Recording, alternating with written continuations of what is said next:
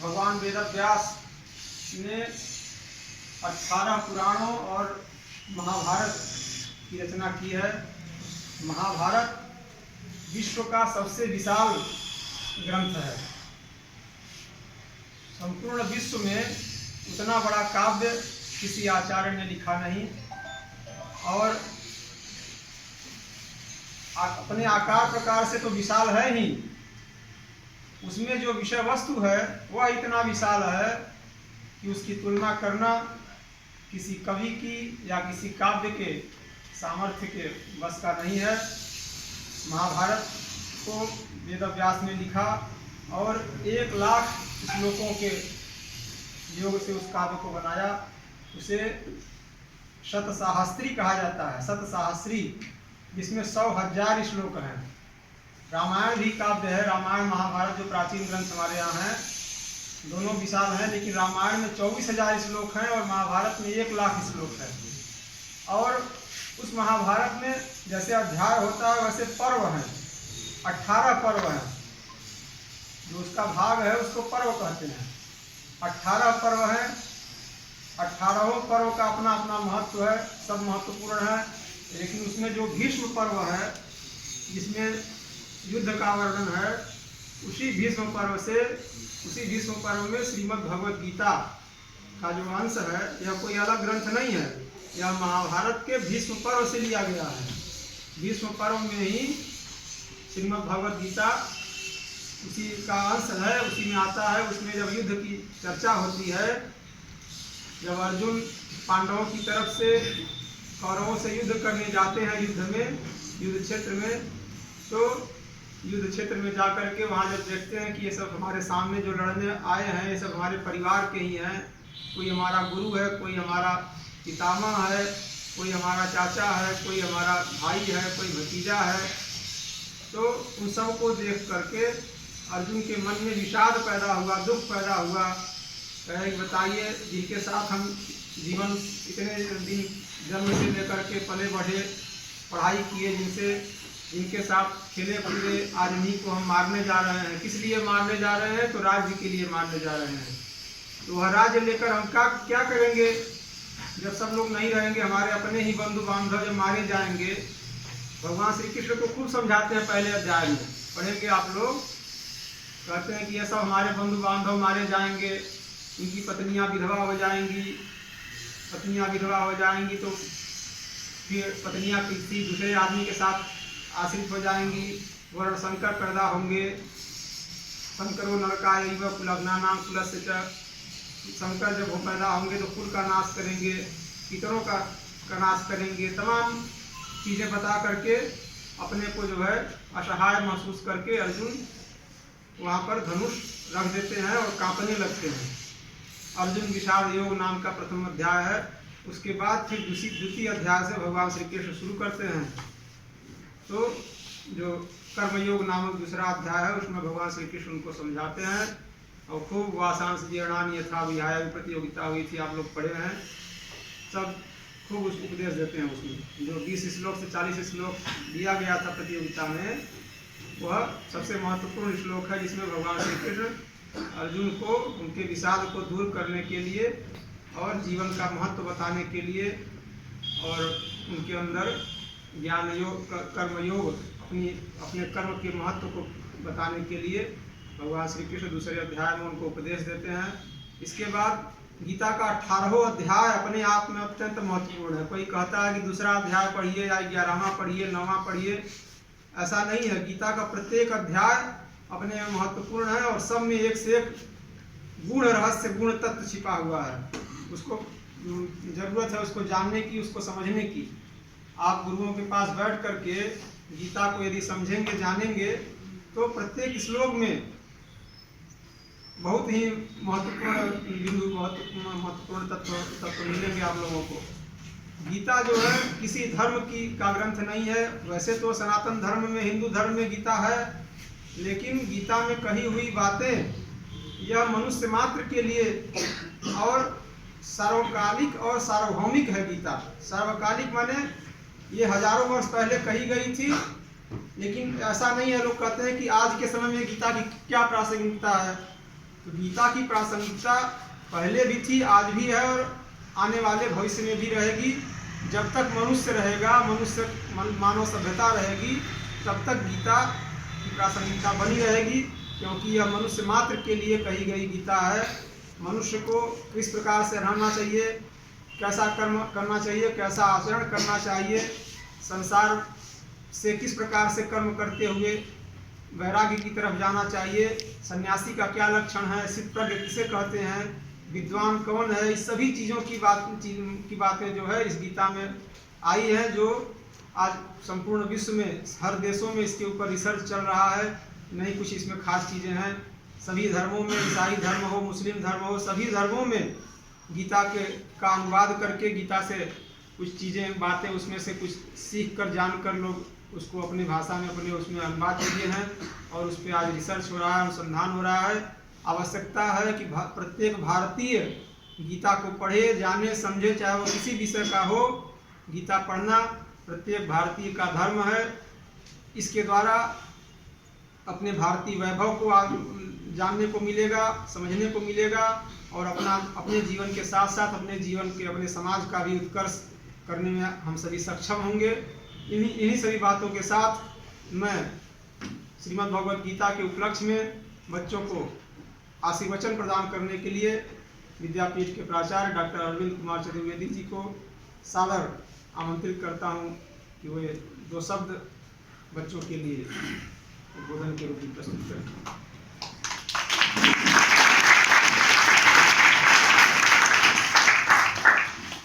कृष्णाय वासुदेवाय हरे परमात्मने क्लेशनाशाय गोविंदाय अज्ञानतिमिरान्धस्य ज्ञानाञ्जनशलाकया चतुरन्येन तस्मै श्री गुरुवे नमः। आज गीता जयंती के पूर्व संध्या पर उपस्थित विद्यापीठ के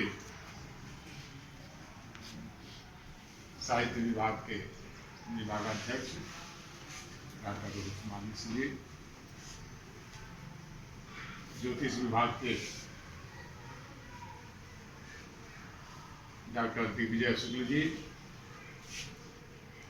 दर्शन के डॉक्टर रांगेश कुमार मिश्र जी, श्री ब्रजेश मणि मिश्र जी, श्री शशि कुमार जी, आधुनिक के नारायण जी और इस संस्था में अध्ययन कर रहे प्यारे बच्चों, गीता जयंती का जन्म, गीता का जन्म, यह जन्म कब हुआ और क्यों 25 दिसंबर को मनाया जा रहा है, ये 25 दिसंबर से कोई मतलब इसका नहीं है। इसका मतलब है गीता को जो है मार्गशीर्ष मास के शुक्ल पक्ष उसकी एकादशी तिथि को गीता की जयंती, उसकी उत्पत्ति मानी जाती है। किस तारीख को? मार्गशीर्ष मास में कृष्ण शुक्ल पक्ष जो होता है उसकी एकादशी जो तिथि है, इसीलिए गीता को मोक्षदायिनी कहा जाता है और इस एकादशी को भी मोक्षदायिनी एकादशी कहते हैं। यह भगवान श्री कृष्ण ने अर्जुन को जब उन्हें यह देख करके ऐसा लगा कि जो लोग मेरे सम्मुख खड़े हैं, जो राजपाट के लिए हम जिससे युद्ध करने जा रहे हैं, वो लोग कौन हैं, तो उन्होंने देखा इसमें कोई मेरे ताऊ हैं, तो कोई मेरे पितामह हैं, कोई मेरे मामा हैं, कोई मेरे नाना हैं। तो उनको ये जैसे लगा कि इससे अच्छा है कि मुझे यह युद्ध नहीं करना चाहिए, अपने आप ही सब कुछ इनको दे देना चाहिए। जैसा कि हमारे संचालक महोदय ने कहा कि पूरी शरीर उनके कपने लगी। तो पूरे 18 अध्याय में भगवान श्री कृष्ण ने अर्जुन को ज्ञान दिया। सर्वप्रथम 6 अध्याय इसके कर्मयोग के हैं, 6 अध्याय कर्मयोग के हैं, 6 ज्ञान योग के हैं और 6 अध्याय जो है भक्ति योग। जब आप कर्म करोगे तो कर्म से ज्ञान जरूर प्राप्त होगा। आपका कर्म क्या है? शिक्षा ग्रहण करना। आपका कर्म क्या है अभी? शिक्षा ग्रहण करना, शिक्षा प्राप्त करना। गुरु के पास आप गीता से सीखो। अर्जुन भी उसी गुरु से ज्ञान प्राप्त किए और दुर्योधन भी उसी गुरु से प्राप्त किया गया। अर्जुन भी प्राप्त किए और दुर्योधन भी किया। उसी गुरु से युधिष्ठिर भी किए और उसी से दुशासन भी किया। कर्ण भी जो है माने लगभग संगत रहा उसको, जबकि उनके गुरु से उन्होंने ज्ञान प्राप्त किया। लेकिन संगत का बहुत बड़ा दोष है। संगत का बहुत बड़ा दोष है, क्योंकि दुर्योधन का मामा उसको संगत में ऐसा डाल दिया कि उसको जो है कुछ जानने ही नहीं दिया। अपने आस पास में आपके जो साथी हैं, इसीलिए कहा गया है कि मित्र जो है बहुत सोच समझ करके बनाना चाहिए। गीता का एक भी ध्यान, बहुत अंदर से इसको समझिए, आपको ध्यान देने की बात है। वैसे तो नियमता जो है वो हमेशा प्रणाम करना चाहिए। जो आपके अगल बगल की जो घटना है उसको आप झुठला नहीं सकते। निश्चित है कोई नियंता है जो हमें और आपको चला रहा है, लेकिन यहाँ भेजा है उसने, तो हमारे कर्म कैसे होने चाहिए। तो गीता में दुर्योधन को शकुनी ने, उसका जो संगत था वह किससे था? शकुनी से था। और अर्जुन का, युधिष्ठिर का संगत किससे हुआ? कृष्ण से हुआ। तो हमेशा अपने जो मित्र बनाना चाहिए। इसीलिए भगवान श्री कृष्ण ने कहा है अर्जुन को सखा। तो जब हमारे संगत, अगल बगल के जो हमारे विचार हैं, जो हमारे लोग हैं, जो हमारे साथ रहते हैं, चोर के साथ रहोगे तो क्या सिखाएगा? तुम्हें चोरी सिखाएगा, निश्चित है। अज्ञानी के पास बैठोगे तो केवल अज्ञान की ही बात करेगा। वो कभी तुमको प्रेरित नहीं कर सकता आगे बढ़ने के लिए। हम छोटी छोटी बात पर ध्यान दें तो निश्चित ही आगे कामयाबी मिलती जाएगी। कर्म का कोई विकल्प ही नहीं, कर्म का कोई विकल्प नहीं। हर चीज का विकल्प हो सकता है, लेकिन कर्म का कोई विकल्प नहीं है। कर्म तो स्वयं करना पड़ता है, और कर्म करके ही जो है आप आगे बढ़ सकते हैं। जब भगवान श्री कृष्ण ने अर्जुन को यह ज्ञान दिया कि तुमको अब जो है, जब उनको घबराहट हुई, उन्होंने सही मार्ग बताया उनको, और पूरा ज्ञान, पूरा अपना विराट रूप दिखा करके और सब कुछ बता करके उनको मार्ग पर ले आए। जबकि श्री कृष्ण ने उस गीता में जाकर के जो उसके राजा थे, दुर्योधन के पिता को, धृतराष्ट्र को जाकर के उन्होंने बताया, ज्ञान उनको भी दिया और कहा कि जो है यह जो आपके भाई के अनुज हैं, ये जो पुत्र हैं, अनुज आपके हैं, ये सब जो भतीजे हैं आपके, इनको आप उस राज्य का जो हिस्सा है वो दें, अपना 5 गांव ही दे दें। लेकिन उसके पीछे एक बार धृतराष्ट्र जो है मान भी गए, उनके मन में आया 5 गांव दे देना चाहिए, लेकिन दुर्योधन भी तैयार था लेकिन उसके साथ का जो मित्र था, कौन? शकुनी। शकुनी, उसने जो है यह कबूल नहीं किया। उसको तो अपने जो उसका बैर था, जो अपना प्रतिशोध निकालना था उस राज्य से। प्रतिशोध ये था कि वह गांधारी जो देख सकती थी, उसके आंख जो है बंद नहीं थे, उसके आंख जो फूटे हुए नहीं थे, चाहे जनरात अंधी नहीं थी, वह देख सकती थी। जब प्रस्ताव उसके पिता के सामने यह गया कि मैं आपकी पुत्री की शादी अपने छोटे अनुज के लिए चाहता हूं, तो उन लोगों को यह विश्वास था कि पांडव के लिए जो है मांग रहे हैं, पांडु के लिए। लेकिन जब वहां विश्वास की बात आई तो उसको एक बहुत बड़ा ये लगा कि हमारा बहुत बड़ा अपमान हुआ है, और उस अपमान को कैसे मैं सीधा तो युद्ध करके जीत नहीं सकता था, इसलिए उसको प्रतिशोध लेना था। तो यह भी आपको भी यह निश्चित करना होगा कि जो बच्चा आपके साथ है, आपके कर्म में कहीं बाधक तो नहीं हो रहा है।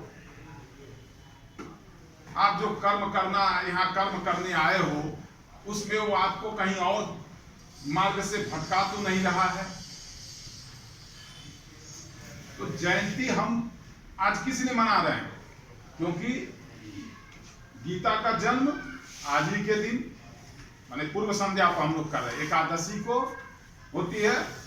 और भगवान श्री कृष्ण ने जो गीता में दिया, वैसे आचार्य जी ने सब कुछ बता दिया कि गीता के किसी भी अध्याय को आप पढ़ेंगे, पूरे जीवन जीने की उसमें कला है। आप पूरे जीवन में कभी भी आप आगे बढ़ सकते हैं। हाँ, अधूरा ज्ञान होना नहीं चाहिए, उसका अर्थ का अनर्थ न करें। हम अधिक न कह करके बस इतना कहेंगे कि आप अपने जिस लक्ष्य पर आए हैं, जिस लक्ष्य को लेकर के आए हैं, आप गीता को ध्यान में रखें। गीता एक पवित्र ग्रंथ है। गीता के अध्याय का जो है लगभग पाठ तो करना ही चाहिए हर व्यक्ति को, और उसके अर्थों को, उसके कर्म योग को, उसके ज्ञान योग को, उसके भक्ति योग को जानने की जो है आवश्यकता है। आज पूरा विश्व गीता को मानता है, भागवत गीता की जो है आराधना करता है, आज उसका अध्ययन कर रहा है। तो हम सभी लोग ऐसे गीता का अध्ययन करें। हम संस्कृत के हैं, हम निश्चित ही हमारा दायित्व और अधिक है। हम समाज में जाएं, गीता के बारे में, अपने धर्म ग्रंथों के बारे में अवश्य बताएं। हमारे पास ज्ञान और हमारी जो संस्कृति है वो बहुत ही गहराई तक है, हम समझ नहीं पाते हैं। हमने जो है केवल अपने तक सीमित रख लिया, इसको समाज को नहीं दिया।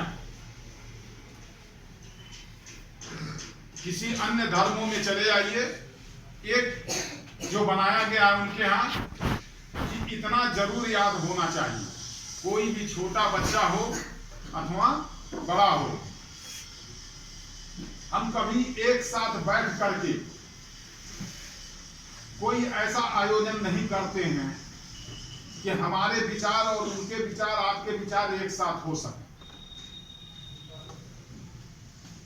हम ऐसा अपने लोगों को नहीं बता सके कि गीता के भी चाहे एक 5 श्लोक बना करके, चाहे 10 श्लोक, चाहे 15 श्लोक, ऐसा नहीं कर पाए कि 15-20 श्लोक बना करके ये बताएं कि इसको अवश्य पढ़ें। आप बिना पढ़े आपको हिंदू धर्म में मंदिर में जाने का अधिकार नहीं होगा। आपको याद ही कराना होगा, बच्चे को याद ही कराना होगा।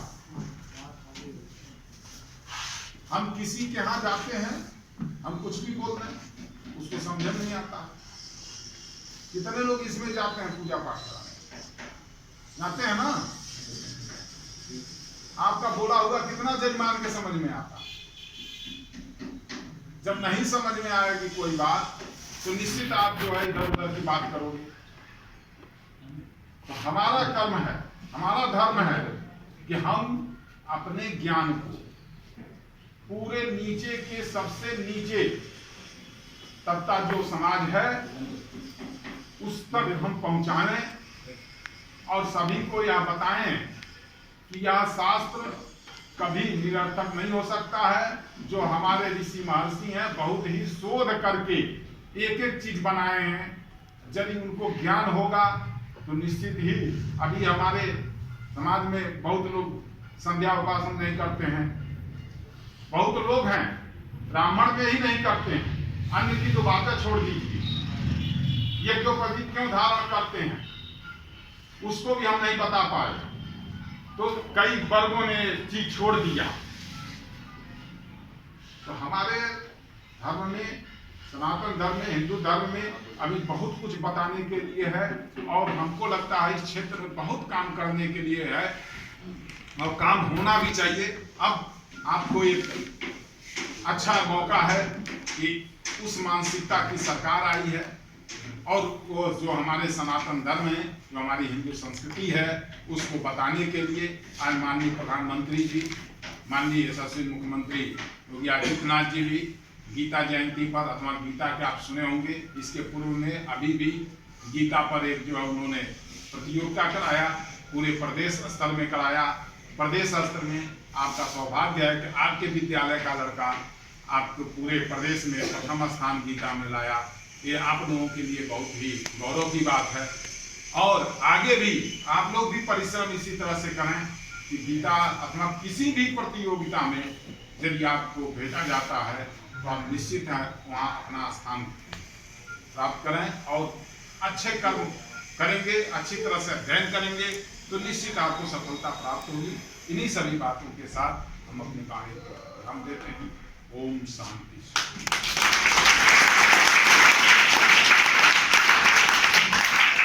बहुत बहुत धन्यवाद सर, आपने सही कहा। संगति का बहुत बड़ा असर होता है। गीता में पढ़ेंगे आप लोग तो ये बातें भी बताई गई हैं किस प्रकार से लोगों से सखा का व्यवहार करना चाहिए, कैसे लोगों को मित्र बनाना चाहिए। क्योंकि दुर्जनेन समम सख्यम वैरम चापि न कारये उष्णो दहति चांगारः शीतः कृष्णायते करम। दुर्जन के साथ यदि आप, कोई दुर्जन माने किसी भी प्रकार का अवगुण जिसके अंदर है, उसके साथ यदि आप मित्रता का व्यवहार करते हैं तो वह दुर्जन एक कोयले के समान होता है। कोयला यदि अगर गर्म है तो आपका हाथ जलाएगा और यदि शीत है, ठंडा है, नहीं कुछ करेगा तो हाथ काला कर ही देगा आपका। इसलिए प्रयास ये करिए कि कोयला से आपकी दूरी बनी रहे। दुर्जन लोगों को अपने आसपास भटकने मत दीजिए, अच्छे लोगों की संगति में रहिए। सत्संगति कथा किम न करो तो शाम। सत्संगति आपको क्या नहीं करती है, खास सब कुछ करती है। आप क्या से क्या बन जाएंगे आपको पता नहीं चलेगा। धीरे धीरे बस किसी अच्छे व्यक्ति के साथ रहिए, धीरे धीरे आपस में परस्परम भावयन्तः, इसी गीता का श्लोक है, परस्परम भावयन्तः श्रेयः परमाप्स्य। परस्पर भगवान श्री कृष्ण कहते हैं कि परस्पर एक दूसरे को भावयन्तः माने प्रेरयन्तः, आपस में प्रेरित करते हुए साथ में बैठ रहे हैं पढ़ने तो एक दूसरे को प्रेरित करिए। आपको कितना याद हुआ हमको सुनाइए, हमको कितना याद हुआ आपको सुनाए।